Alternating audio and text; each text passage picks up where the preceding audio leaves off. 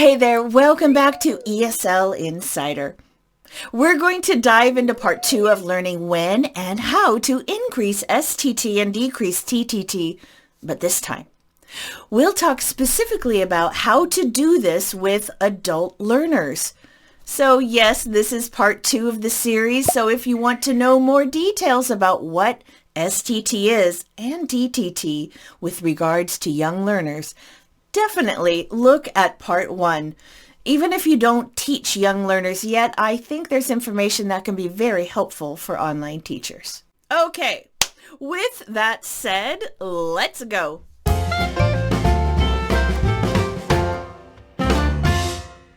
Adult learners versus young learners, what's the difference?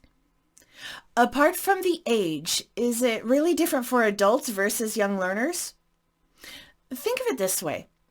We all talk differently to different people. Imagine using the same teaching style for a 6-year-old learner and a university student.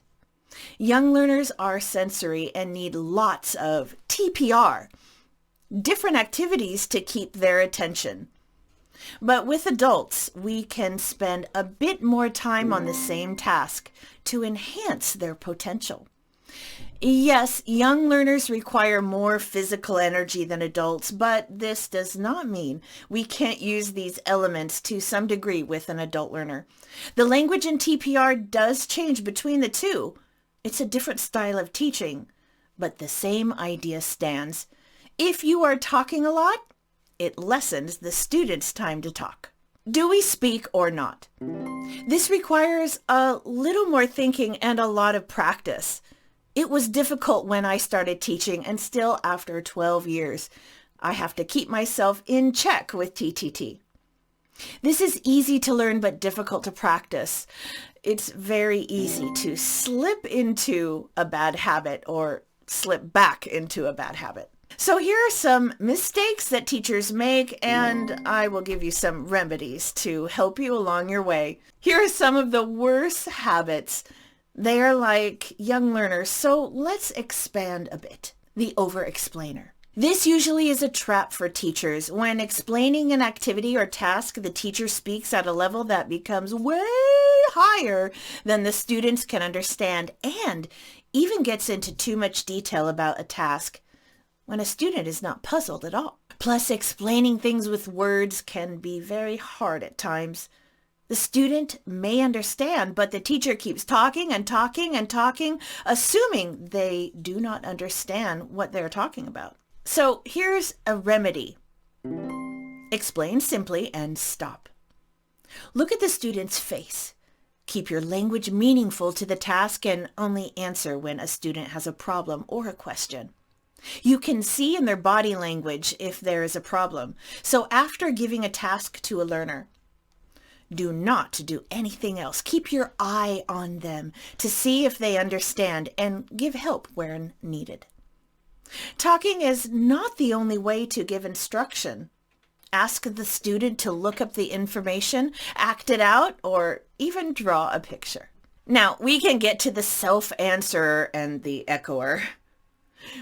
When asking a question, a teacher will only give a few seconds to answer and then answer the question themselves and repeat the question again. This will lower your students' confidence with time, really. Or you will teach your students that they do not need to answer. Which brings me to the last point, the pause eater, or thinking time. Thinking time is needed for adults. It is okay to be quiet for a bit, and this also creates interest too. Silence can be a great technique and does not reflect badly on you as a teacher.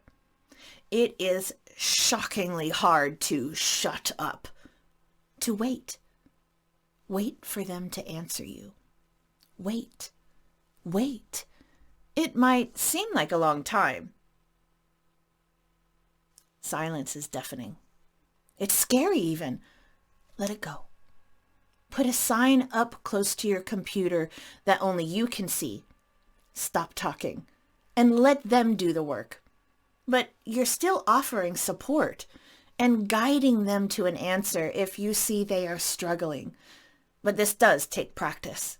These bad habits rob your student of their confidence to speak English.